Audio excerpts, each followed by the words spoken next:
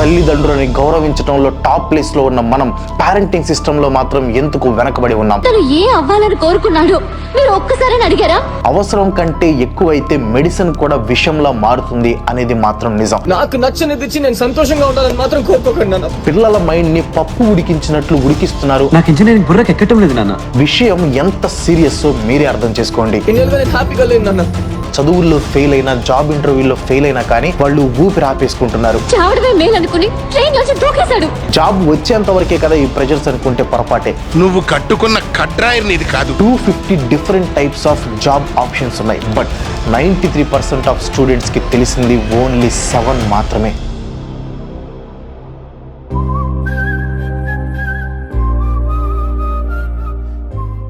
Hey guys, ఎలా ఉన్నారు? తల్లి, తండ్రి, గురువు, దైవం అంటూ పేరెంట్స్ కి ఫస్ట్ ప్లేస్ ఇచ్చిన దేశం మన భారతదేశం. తండ్రి మాట దాటని రాముడు ఇక్కడే పుట్టారు. తల్లిదండ్రులను మోసుకు వెళ్ళిన శ్రావణ కుమారుడు ఇక్కడే పుట్టాడు. కానీ ఇదే దేశం వరస్ట్ పేరెంటింగ్ కేటగిరీలో టాప్ లో ఉంది. ఈ మాటలు నేనంటున్నవి కాదు, ఎన్నో సర్వేలు చెప్తున్నాయి. ఇండియన్ ఎక్స్ప్రెస్ లో పబ్లిష్ అయిన ఈ ఆర్టికల్ చూడండి. ఇండియన్ పేరెంటింగ్ సిస్టమ్ అనేది అవుట్డేటెడ్ అంట. అంటే మన దేశంలో చదువుకున్న వాళ్ళు కూడా పిల్లల్ని ఇంకా మోస పద్ధతిలోనే పెంచుతున్నారు. పిల్లల లైఫ్ ఎలా ఉండాలని డిసైడ్ చేసే కేటగిరీలో కూడా మన ఇండియన్ పేరెంట్స్ తక్కువేం కాదు. తమ పిల్లలు ఏమవ్వాలని కోరుకుంటున్నారో అడగకుండా తమ పిల్లల ఫ్యూచర్ ని డిసైడ్ చేసే పేరెంట్స్ మన దేశంలో షాక్ అయ్యేలా 82% ఉన్నారంట. ఇది చాలా సీరియస్ విషయం. తను ఇంజనీర్ అవ్వాలని మొండిగా మీరే డాడీ డిసైడ్ అయ్యారు. తను ఏ అవ్వాలని కోరుకున్నాడు మీరు ఒక్కసారి అడిగారా? దీనివల్ల పిల్లలు తమ ప్రాణాలు కోల్పోతున్నారు. తల్లిదండ్రులని గౌరవించడంలో టాప్ ప్లేస్ లో ఉన్న మనం పేరెంటింగ్ సిస్టమ్ లో మాత్రం ఎందుకు వెనకబడి ఉన్నాం? వరస్ట్ పేరెంటింగ్ కి రీజన్స్ ఏంటి, దానికి సొల్యూషన్స్ ఏంటి? Let's find out. కంటెంట్ లోకి వెళ్ళబోయే ముందు మీకు ఒక చిన్న చెట్టు కథ చెప్తాను. చాలా జాగ్రత్తగా వినండి. ఒక ఊర్లో ఒక పెళ్ళైన ప్రసాద్ ఉండేవాడు. ఆవిడెవరకు పశువులంటే ప్రాణం అన్నట్లు మనోడికి మొక్కలు, చెట్లు అంటే ప్రాణం అనమాట. సో మార్కెట్కి వెళ్ళి రకరకాల విత్తనాలని ఒక ప్యాకెట్లో తెచ్చి ఇంటి పెరట్లో వేశాడు. వాటికి కావలసిన నీళ్లు, ఎరువులు వేశాడు. కొన్ని రోజులకి చాలా విత్తనాల నుంచి మొక్కలు వచ్చాయి. మన ప్రసాద్ చాలా హ్యాపీ అయ్యాడు అనమాట. ఈ మొక్కలు చెట్లు అవ్వటం, చెట్లకి కాయలు కాయటం మాత్రమే బ్యాలెన్స్. ఆ తర్వాత నేను ఏ ఇబ్బంది లేకుండా బ్రతకొచ్చు అనుకున్నాడు.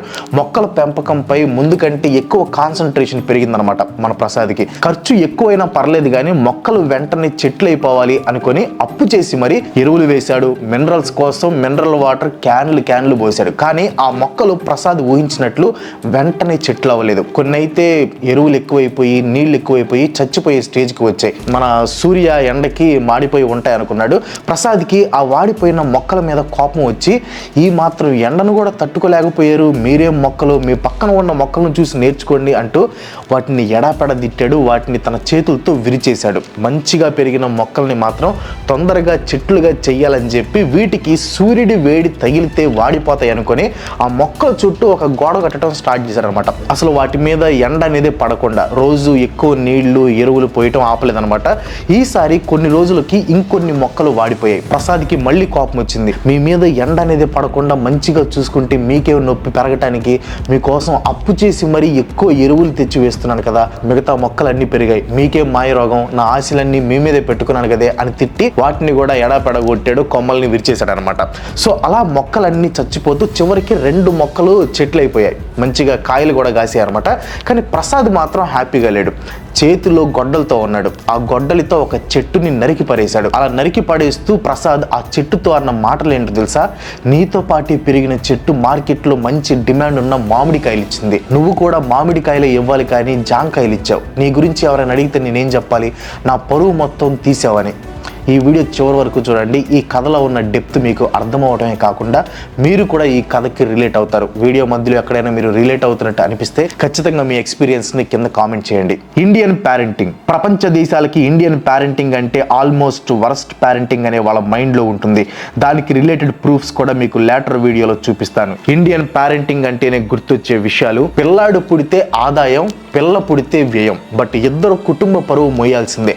ఆ పరువు తీస్తే వాళ్ళ ప్రాణాలు పోవాల్సిందే. ఇంకా పిల్లలు అల్లరి చేస్తే కొట్టాలి, వాళ్ళు ఏడిస్తే 2 ఎక్కువ కొట్టాలి. స్కూల్లో జాయిన్ చేసి మార్క్స్ గురించి పక్క వాళ్ళతో కంపేర్ చేయాలి. 10th అయిపోయిన తర్వాత పిల్లల్ని ఎద్దుల్ని చేసి కెరియర్, పరువు, కంపారిజన్స్ అనే స్ట్రెస్ ని వీళ్ళ మీదకి బండరాయిలా కట్టి ప్రెషర్ తో వాళ్ళని తిడుతూ ఉండాలి. జాబ్ రాకపోతే తిట్టాలి, మ్యారేజ్ చేసుకోకపోతే అరవాలి, పిల్లలు వెంటనే వద్దనుకున్నా కానీ ఏదో ఒకటి అంటూ ఉండాలి. This is typical Indian parenting style. Most of the Indian houses లో పేరెంట్స్ అండ్ చిల్డ్రన్స్ మధ్యలో కమ్యూనికేషన్ ఇందాక చెప్పిన విషయాల్లో మాత్రమే.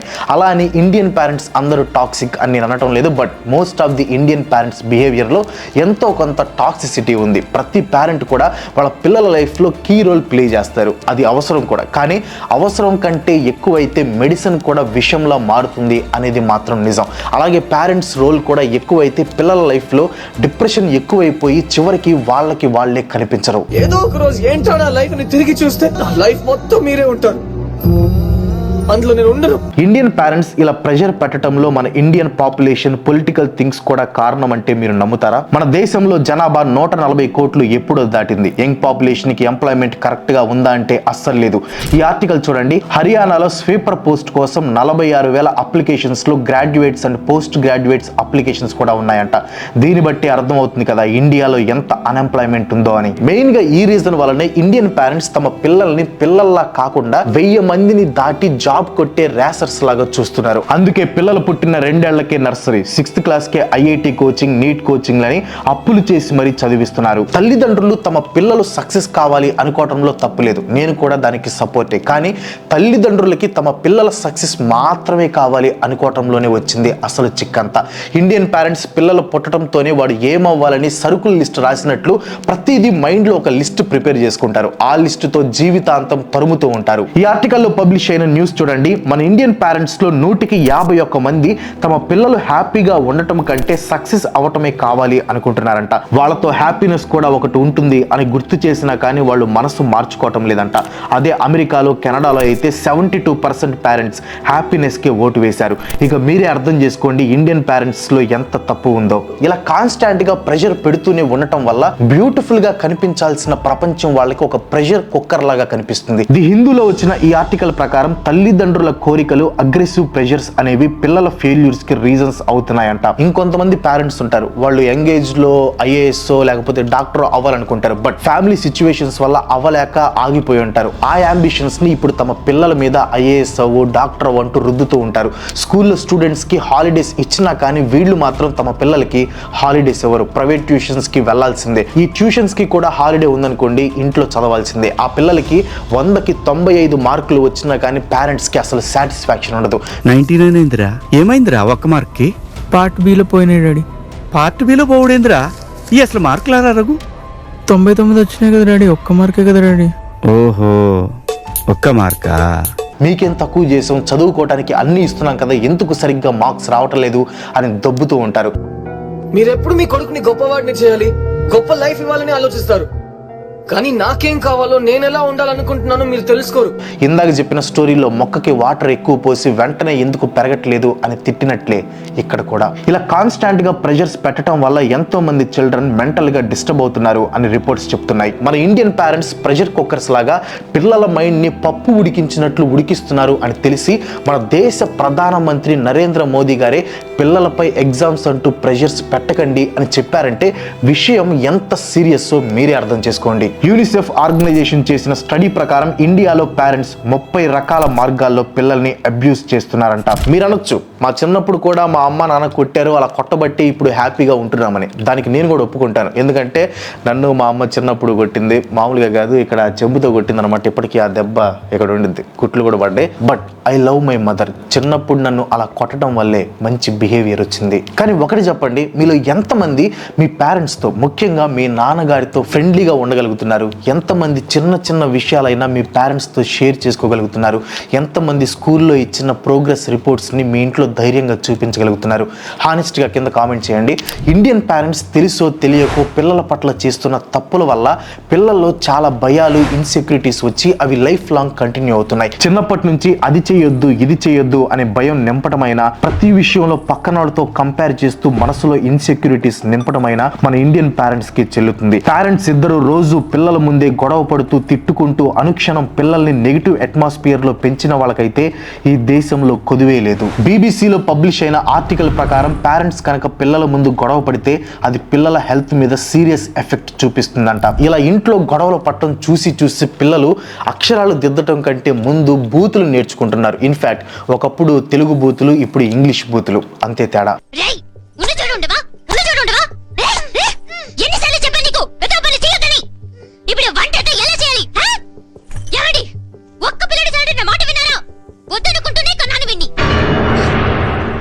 హిందుస్థాన్ టైమ్స్ లో పబ్లిష్ అయిన ఈ ఆర్టికల్ ప్రకారం తల్లిదండ్రులు అవసరానికి మించిన కోపాన్ని పిల్లల మీద చూపిస్తే పిల్లలకి బిహేవియరల్ డిసార్డర్స్ వస్తున్నాయంట. మీకు ఇది అర్థమయ్యేలా చెప్పాలంటే, మీరు చేసిన తప్పుని హానెస్ట్ గా వెళ్ళి పేరెంట్స్ కి చెప్తే వాళ్ళు హానెస్టీని అప్రిషియేట్ చేయకుండా కొట్టారనుకోండి, అప్పుడు మీరు తప్పు చేయటం ఆపరు, హానెస్ట్ గా చెప్పటం ఆపేస్తారు. ఇది వెరీ డేంజరస్. సేమ్ ఇలానే పేరెంట్స్ యాంగర్ వల్ల పిల్లలు అబద్ధాలు చెప్పటం, అగ్రెసివ్ బిహేవియర్ అలవాటు చేసుకోవటం, వాళ్ళను వాళ్ళు కాపాడుకోవడానికి తప్పుని వేరే వాళ్ళ మీద తోసే లాంటివి ఇండైరెక్ట్ గా పేరెంట్స్ వల్లనే అలవాటు అవుతున్నాయి. మేబీ దీనికి రీజన్ అసలు పేరెంటింగ్ అనే టాపిక్ ఉందనే అవేర్నెస్ కూడా పేరెంట్స్ కి లేకపోవడం వల్ల కావచ్చు. ఇంతకు ముందు అంటే పెద్దగా చదువు లేదు కాబట్టి ఓకే అనుకోవచ్చు, చదువుకున్న పేరెంట్స్ కి కూడా అవేర్నెస్ లేకపోవడమే బాధాకరం. ఎంతమంది పేరెంటింగ్ గురించి గూగుల్లో సెర్చ్ చేసి తెలుసుకున్నారు అని చూస్తే చిన్నపిల్లల doctors and baby care centre వాళ్ళు తప్ప రిమైనింగ్ వాళ్ళు లెస్ దాన్ 2% ఉన్నారేమో. అసలు పేరెంటింగ్ అనే టాపిక్ ఒకటి ఉందని కూడా ఇండియాలో చాలా మంది పేరెంట్స్ కి తెలియదు. అందుకే పేరెంటింగ్ స్టైల్స్ గురించి షార్ప్గా చెప్తాను, జాగ్రత్తగా వినండి. దానికంటే ముందు ఇలాంటి వీడియోస్కి రీచ్ ఉండదు అండ్ యూట్యూబ్ వాడు కూడా పుష్ చేయడం అనమాట. క్రింజ్ వీడియోస్కి అయితే బాగా వ్యూస్ వస్తాయి. సో వీడియో రీచ్ పెరగడానికి ఒక లైక్ కొట్టి షేర్ చేయండి ప్లీజ్. అండ్ ఇలాంటి మంచి వీడియోస్ ఇంకా చేయడానికి నాకు సపోర్ట్ చేయాలనుకుంటే ప్లీజ్ మన ఛానల్కి సబ్స్క్రైబ్ చేసుకొని పక్కనే ఉన్న గంట సింబల్ని కూడా యాక్టివేట్ చేయండి. ఆల్రెడీ సబ్స్క్రైబ్ చేసుకుని ఉంటే థ్యాంక్ యూ సో మచ్. మెయిన్గా 4 టైప్స్ ఆఫ్ పేరెంటింగ్ స్టైల్స్ ఉన్నాయి. Authoritative parenting, authoritarian parenting, permissive parenting, uninvolved parenting. Authoritative అంటే నా మాటే శాసనం, వినకపోతే పనిష్మెంట్ ఇస్తాం అనే టైప్ అనమాట. అథారిటేరియన్ అంటే పిల్లలకి అర్థమయ్యేలా గైడెన్స్ ఇస్తూ వాళ్ళతో ఫ్రెండ్లీగా ఉండటం. పర్మిసివ్కి వస్తే పిల్లల్ని పిల్లల్లా చూడటం, వాళ్ళు మిస్టేక్స్ చేస్తే ఆ వయసులో పిల్లలు అల్లరి చేయకుండా ఉంటారా అనే థాట్తో ఉండటం. అన్ఇన్వాల్వ్డ్ అంటే అసలు పిల్లల్ని పట్టించుకోకపోవటం. వీటిల్లో మన దేశంలో ఏమున్నాయో మీకు ఇప్పటికీ అర్థమై ఉంటుంది. వీటితో పాటు ఇంకా చాలా పేరెంటింగ్ టైప్స్ ఉన్నాయి. అఫ్ కోర్స్ వాటిల్లో నుంచి కూడా నెగిటివ్ పేరెంటింగ్ స్టైల్స్ నే మన ఇండియన్స్ ఎంచుకున్నారు. మన దేశంలో పేరెంట్స్ అంటేనే వణుకు పుట్టించే టైగర్ పేరెంటింగ్ అని, ప్రతి చిన్న విషయంలో బొమ్మరిల్లు ప్రకాష్ రాజ్ లాగా ఇన్వాల్వ్ అయ్యే లైట్ హౌస్ పేరెంటింగ్ అని, హెలికాప్టర్ పేరెంటింగ్ అని, ఇలా చాలా ఉన్నాయి. వీటి గురించి డీటెయిల్డ్ గా కావాలంటే ఈ వీడియో కంప్లీట్ అయిపోయిన తర్వాత గూగుల్లో వెతికి చూడొచ్చు, ఫుల్ క్లారిటీ వస్తుంది. అవన్నీ చెప్పాలంటే మనకి టైం సరిపోదు, చాలా పెద్ద టాపిక్ అయిపోయింది అండ్ బోర్ కూడా కొట్టింది అనమాట. మీలో కొంతమంది కామెంట్స్ లో పిల్లల్ని కొట్టకూడదా, కొట్టకుంటే వాళ్ళు మాట వింటారా అనొచ్చు. కొట్టొచ్చు, కానీ ఇక్కడ చిన్న తప్పుకి కూడా పెద్దగా రియాక్ట్ అవ్వటం తప్పు అంటున్నా అంతే. అది పిల్లల్లో ఎంతో డిప్రెషన్కి దారితీస్తుంది. చిన్న పాముని కూడా పెద్ద కర్రతో కొట్టాలి అనే సామెతని పిల్లల మీద వాడటం తప్పే కదా. వీటి వల్ల పిల్లలు తమకి ఏ బాధ వచ్చినా కానీ ఇంట్లో షేర్ చేసుకోరు. బాధాకరమైన విషయం ఏంటంటే ఇండియన్ పేరెంట్స్లో మెజారిటీ ఆఫ్ ది పేరెంట్స్ తమ బిడ్డలు మిగతా అందరికంటే బెస్ట్గా ఉండాలి అని కోరుకుంటారు, కానీ ఎవరు కూడా బెస్ట్ పేరెంట్గా ఉండాలి అని కోరుకోవట్లేదు. ఇక్కడ బెస్ట్ పేరెంట్ అంటే పిల్లాడి కోసం కోట్లు ఖర్చు పెట్టడం కాదు, వాడితో బెస్ట్ ఫ్రెండ్లా ఉండటం. అలా ఉంటేనే పిల్లలకి ఏదైనా కష్టం ఎదురైతే ధైర్యంగా చెప్పుకోగలుగుతారు. ఆడపిల్లలు అయితే చైల్డ్ కి గురవుతున్నా కానీ ఇంట్లో చెప్పడానికి భయపడుతున్నారు. దానికి వన్ ఆఫ్ ది రీజన్ కూడా పేరెంట్సే.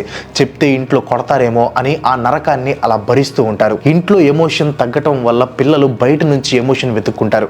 అది ప్రేమ అవ్వచ్చు, ఇంకేదైనా అవ్వచ్చు, అది మీ ఊహకే వదిలేస్తున్నా. మన దేశంలో పిల్లల్ని పట్టించుకోకుండా ఉన్న వాళ్ళ సంఖ్య కూడా తక్కువేం కాదు. పిల్లలతో క్వాలిటీ టైం స్పెండ్ చేయని దేశాల్లో మన దేశం టాప్ లో ఉంది. ప్రజెంట్ న్యూక్లియర్ ఫ్యామిలీస్ ఎక్కువైపోయాయి. పేరెంట్స్ ఇద్దరు జాబ్ కి వెళ్ళి ప్రెషర్స్ ని తమ బ్యాగ్ లో పెట్టుకుని వస్తున్నారు.